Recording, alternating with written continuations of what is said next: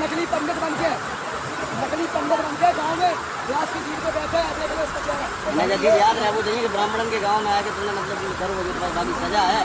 आपने जो ये दो तस्वीरें अभी देखी, ये यूपी के इटावा की है। एक तस्वीर हमारी सड़ती सामाजिक सोच को दिखा रही है तो दूसरी तस्वीर उसके बाद की है, जहां अखिलेश यादव एक कथावाचक को उसका वो लौटाने की कोशिश कर रहे हैं जिसे कुछ ब्राह्मणों ने सरेआम छीन लिया। जाति न पूछो साधु की, पूछ लीजिए ज्ञान, मोल करो तलवार का, पड़ा रहने दो म्यान। संत कबीरदास ने जब ये दोहा लिखा होगा तो शायद उन्होंने भी नहीं सोचा होगा कि आज 21वीं सदी में भी भारत में साधुओं की दशा इस दुर्दशा में बदल चुकी होगी कि इन साधुओं को जाति के आधार पर पीटा जाएगा, अपमानित किया जाएगा और सबके सामने उसकी आत्मा को नंगा किया जाएगा। उनसे नाक रगड़वाई गई, उन्हें शुद्ध करने के लिए उन पर महिला पंडित का पेशाब डाला गया। जहां इस अमानवीय घटना के बाद सभा प्रमुख ने कथावाचक और उनके साथियों को लखनऊ बुलाया और उन्हें ढोलक और हारमोनियम गिफ्ट की, कथा भी कहलवाई। 21 हजार रुपए लिफाफे में दिए, हालांकि 51 हजार रुपए देने का ऐलान किया गया था। तो आखिर पूरा मामला क्या है जो अब यादव बनाम ब्राह्मण होता जा रहा है, चलिए आपको बताते हैं। मामला यूपी के इटावा जिले के दादरपुर गांव का है। 22 जून को कथावाचक जब गांव में धर्म कथा कहने पहुंचे तब उन्होंने कल्पना भी नहीं की थी कि उन्हें उनकी जाति पूछकर अपमानित किया जाएगा। मुकुटमणि यादव ने बताया कि जैसे ही उन्होंने अपना नाम और यादव बिरादरी से होने की बात कही, कुछ स्थानीय ब्राह्मणों ने उन्हें घेर लिया। आरोप है कि कथित तौर पर कहा गया, ब्राह्मणों के गांव में भागवत पाठ करने की हिम्मत कैसे हुई। इसके बाद जो हुआ उसने न सिर्फ धर्म बल्कि मानवता की सारी मर्यादा पार कर दी। कथावाचक की चोटी जबरन काट दी गई, उनका सिर मुंडवा दिया गया, संतों की वाणी को रोकने के लिए उनका हारमोनियम तोड़ दिया गया, एक महिला साध्वी को जमीन पर नाक रगड़ने के लिए मजबूर किया गया। कथावाचक मुकुटमणि यादव से कथित तौर पर 25 हजार रुपए छीने गए और सबसे शर्मनाक, उन साधुओं पर पेशाब भी फेंका गया।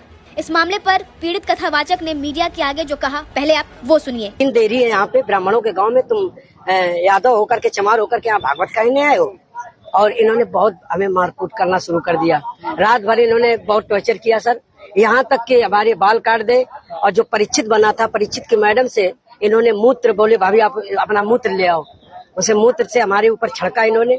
बोले ये अब पवित्र हो गए, ब्राह्मण के ये मूत्र तुम्हारे ऊपर पड़ गया, अब तुम पवित्र हो गए। इस घटना पर अखिलेश यादव ने प्रेस कॉन्फ्रेंस कर यूपी सरकार को जमकर घेरा, जहां उन्होंने कहा कि अगर सरकार को पीडीए समाज से इतना परहेज तो चढ़ावा भी स्वीकार न करे। कथा वाचन को जिन्होंने भावना की जगह व्यवसाय बना लिया है,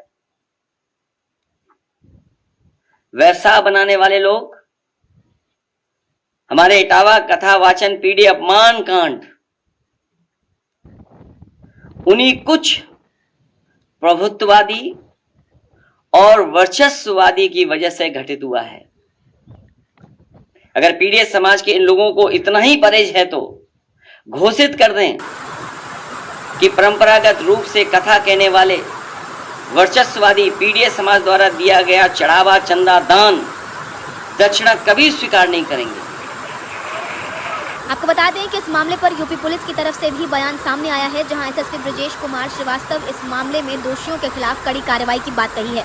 ग्राम दादरपुर थाना बकेवर से संबंधित एक वीडियो आज सुबह सोशल मीडिया पर वायरल हुआ, जिसमें भागवत कथा के बाद कुछ ग्रामीणों के द्वारा 2 व्यक्तियों के साथ अभद्रता की जा रही थी और उनके इच्छा के विरुद्ध उनके बाल काटे जा रहे थे। इस वीडियो का तत्काल संज्ञान लिया गया, मौके पर फोर्स भेजी गई और वीडियो के माध्यम से पीड़ित की पहचान की गई।